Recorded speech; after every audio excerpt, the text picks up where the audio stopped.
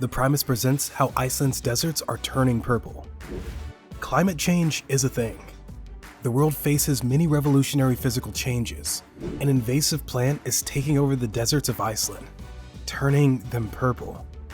Lupinus nootkatensis, known in its native Alaska and British Columbia as the Nootka lupine, is a pea family member. This plant is of utmost importance when talking about the nitrogen cycle, as it is a nitrogen fixer. Lupine has bacteria that acclimate nitrogen from the air and transfers it to root nodules. The nitrogen is then released into the soil, which is essential for the nourishment of plants.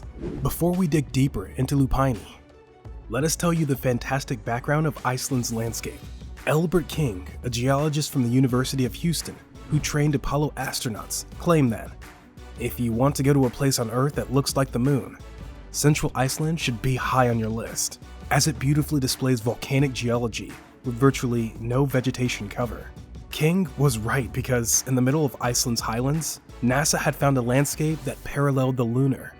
These deserted areas are also dubbed lunar landscapes.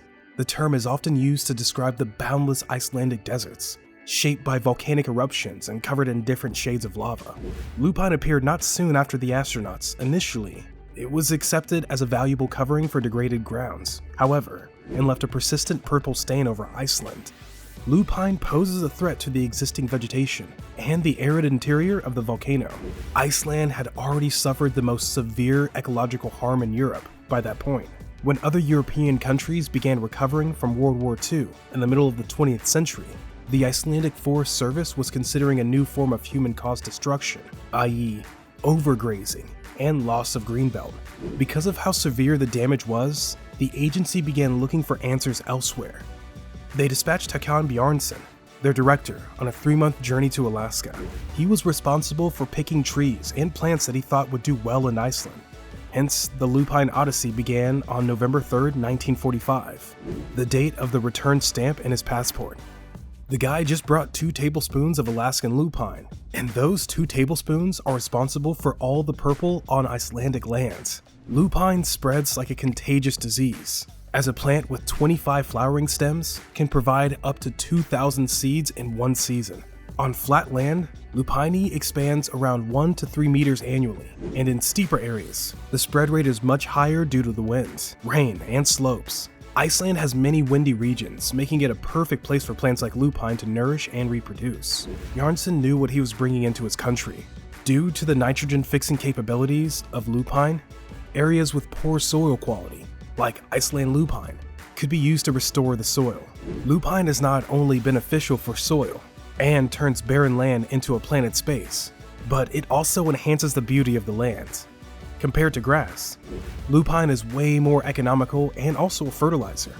Everything still sounds fine, but now debates have started to ramp up because lupine is not native to Iceland, and it has its drastic impacts on native plants.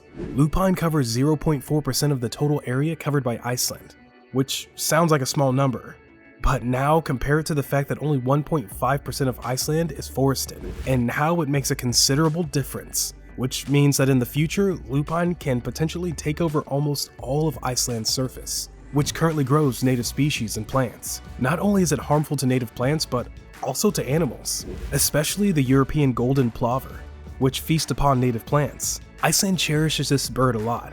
Any damages to its inhabited would be unacceptable for the country's masses. Lupine plants also have enormous potential to edge out existing flora in Iceland and spread into the highland interior, which is too cold and dry for most plants. This naturally occurring lunar landscape could, in other words, disappear. Hence, its ungoverned growth is not beneficial, but a vital danger alarm for the authorities.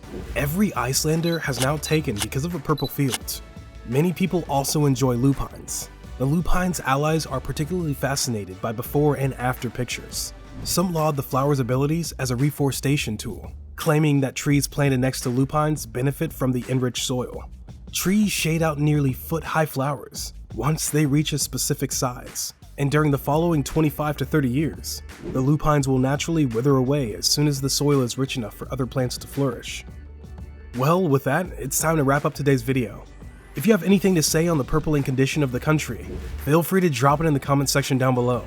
And if you like this video, consider subscribing and sharing it with your friends. We'll catch you guys in the next one. Until then, peace.